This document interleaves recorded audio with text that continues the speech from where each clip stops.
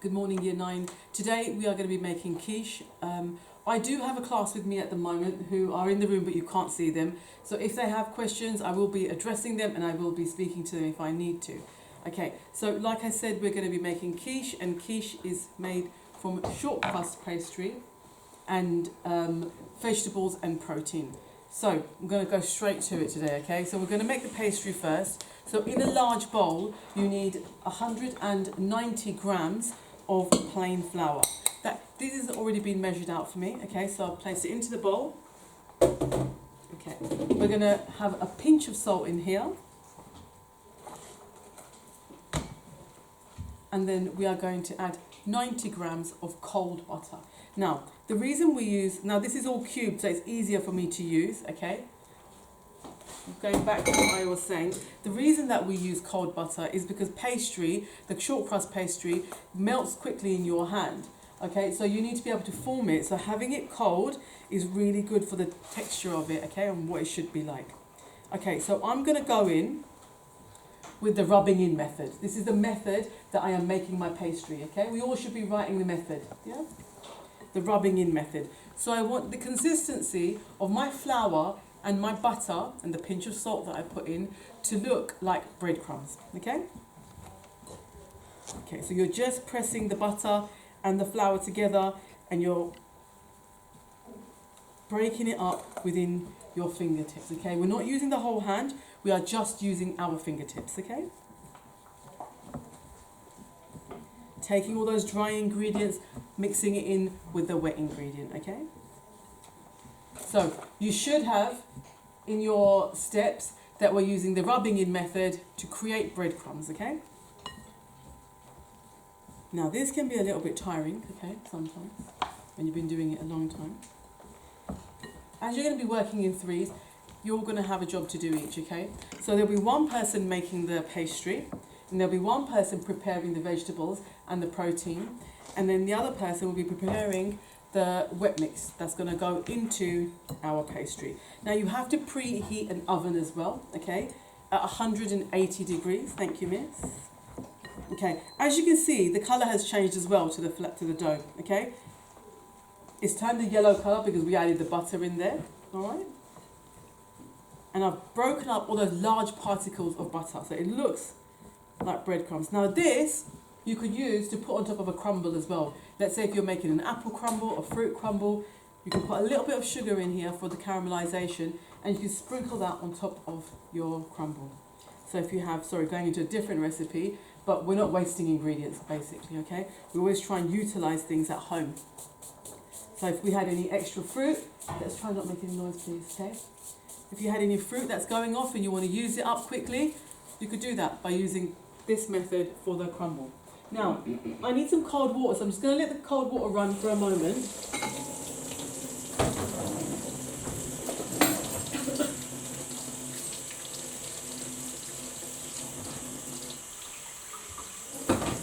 Okay. Now, I've just used the same bowl that I had my butter in, because I don't want to waste any more equipment, because then that means I've got to wash up more, okay?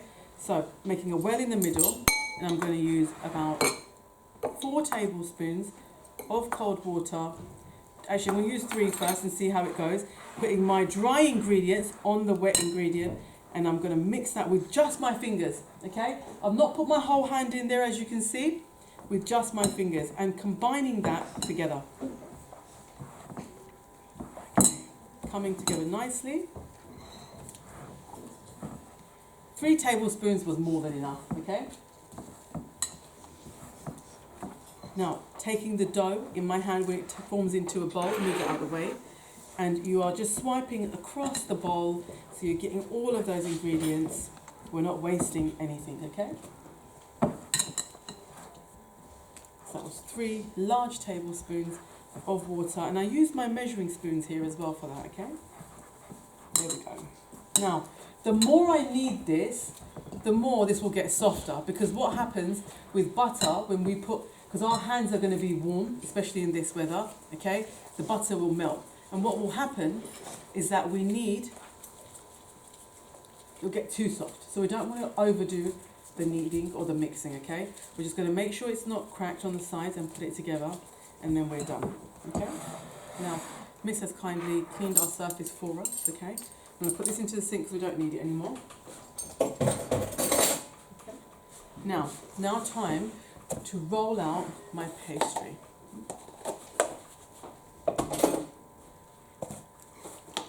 Okay, we have flower pots inside here, so I'm going to dust my surface. Okay, not a lot of flour because this is not sticky, it won't stick. Okay, now this is a quiche or a flan dish. Okay, the middle bit comes out. If you have one at home, please bring it in, it'll be really helpful. Okay, because we only have a few of these. So first we need to do is grease it so our pastry doesn't stick. With some oil, Miss Payne, pass me some oil, please. Taking a rolling pin. Thank you.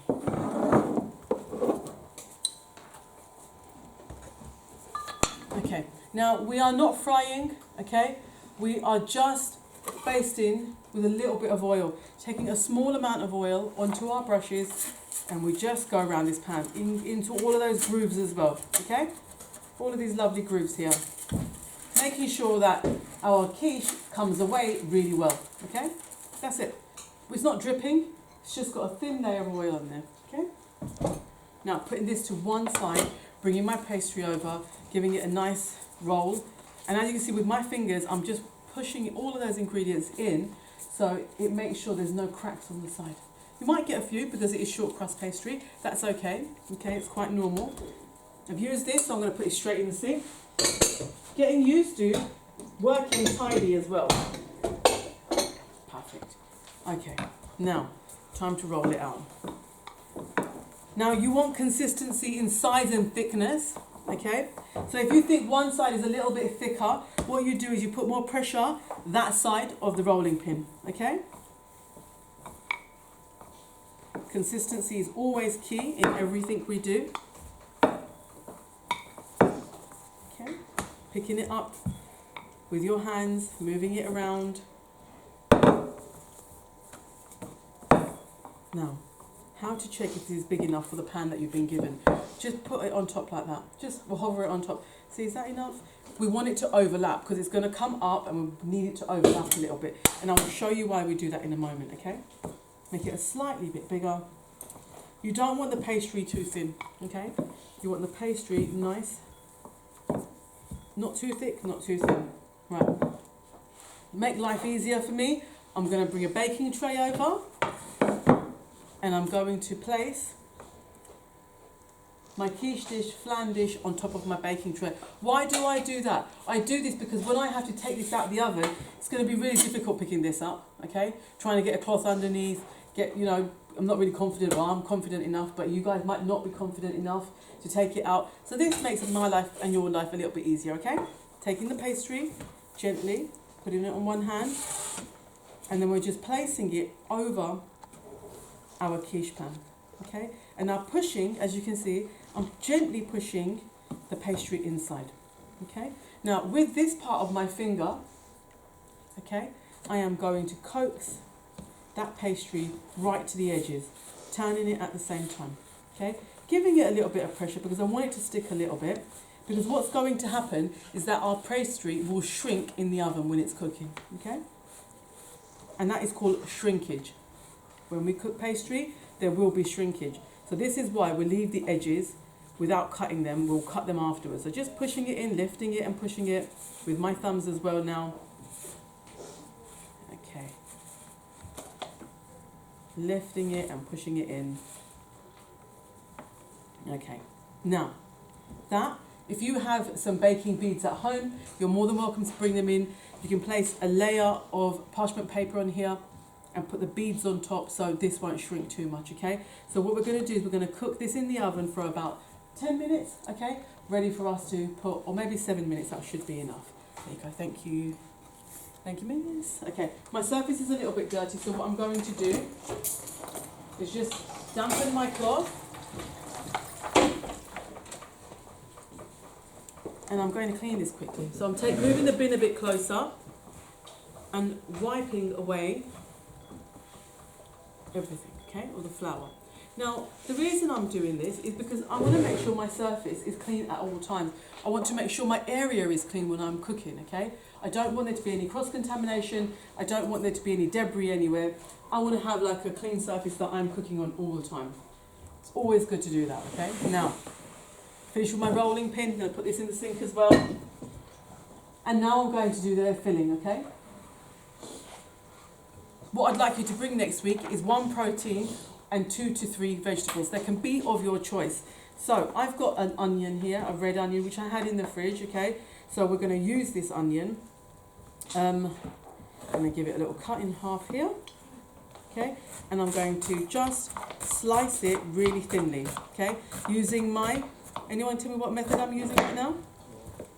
Yeah, hands up anyone, yeah? Claw grip, excellent. Claw grip, keeping my eyes on this all the time. So we are writing this down, guys, okay? So I'm cutting my onions with the claw grip, finely slicing it. And then I can go in the middle and give it another chop as well. All right, putting that to the side. That is all I'll need. I won't need any more than that. Actually, I will just use this part up as well. So please don't bring a bag of onions. You probably have 1 onion at home, hopefully. Okay, you can use sweet corn, you can use broccoli, you can use all different types of vegetables when you're making a quiche. I'd like you to do a little bit of research, okay, so you can see, oh, what kind of quiche would I like to try, okay? You can do a cheese and onion one if you want to. You can do a cheese and tomato one if you like, okay? So, my onions are done. I've got a little bit of butter here, a little bit of fat. I'm going to put my cooker on with my frying pan. And I'm going to place 2 small knobs of butter. Actually, I'm going to use 1 more small piece here.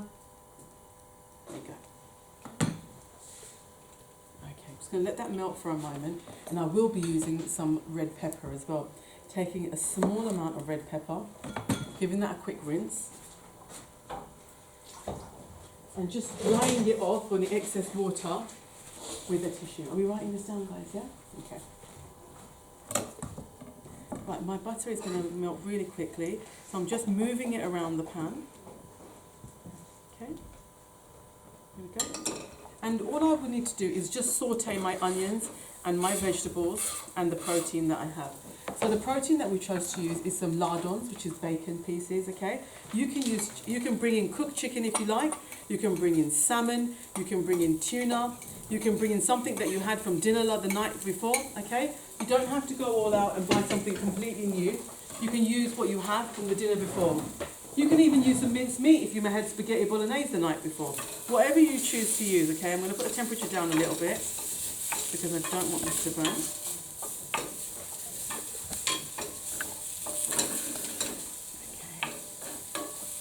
Giving that a quick stir. Okay, now back to my pepper. Pepper's always nice, a little bit crunchy, okay? So I'm going to put this in as soon as they're chopped as well. Keeping my eyes where my fingers are and where my knife is always, because I don't want to chop my fingers, okay? And this is one of the safety rules that you guys need to be learning. You have lots of distractions when you're in the kitchen. But when you're doing these types of jobs, I would like you just to keep your eye on the chopping board, on your knife, on your fingers, okay? Nice small pieces, because you don't want large chunks, okay? Right. Now, moving my peppers now into my frying pan as well. Now, this won't take minutes to cook. Okay? Giving that quick stir.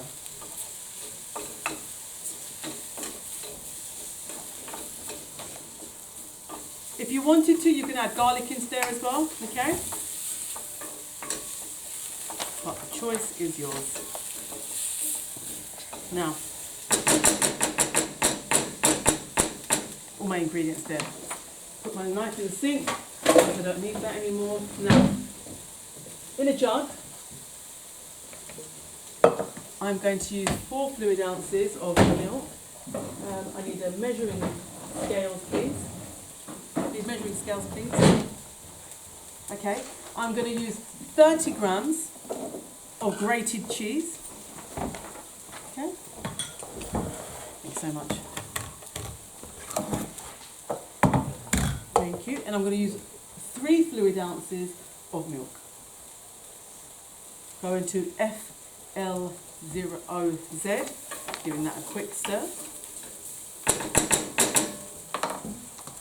Put it to 0 when you place your jug on top, okay? So you're only measuring the amount of milk. So we need 3 fluid ounces of milk.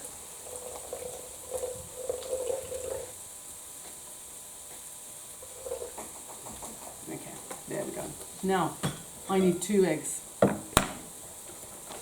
Cracking them gently on the side. My shell will go straight into the dustbin. I've got 1 more egg. I'm going to crack that gently but firmly on the side of the table, using my tissue to wipe my fingers if I need to, okay? Now it's time to season. So I'm going to season the liquid for the whole of the quiche, okay? Giving that a little stir. Now this is nearly done. I'm going to give it another moment. I'm going to put about half a teaspoon of salt.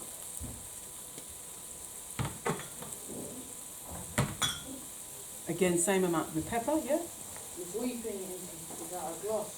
This is just a jug, yeah? It's a measuring jug. Well done. And then, thank you for the question.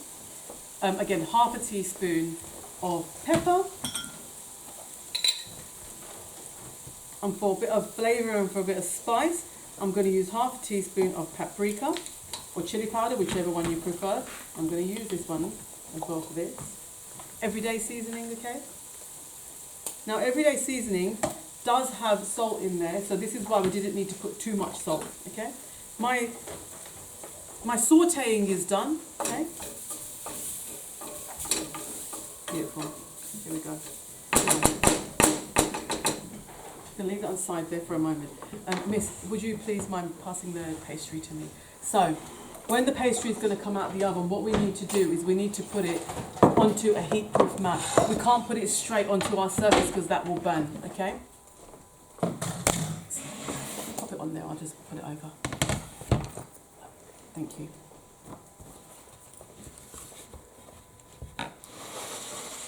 Here we go, okay? Now, as you can see, a little bit of shrinkage has happened here, okay? Now, you have to be careful because this is hot, okay? Now, first things I will do is I will take my ingredients that I sautéed and I'm going to place this straight into my pastry, okay? Just like this. Turn it around so you guys can see. Now, like I said, you guys can use different types of vegetables in here if you want and different types of protein. Okay, whatever you choose to use, you can use chorizo, you can use sausage, you can use whatever you have. Sometimes you don't even have to go and buy it. You might just have it at home and then you can use that, okay? Now, with a fork, I'm going to whisk all of these ingredients together.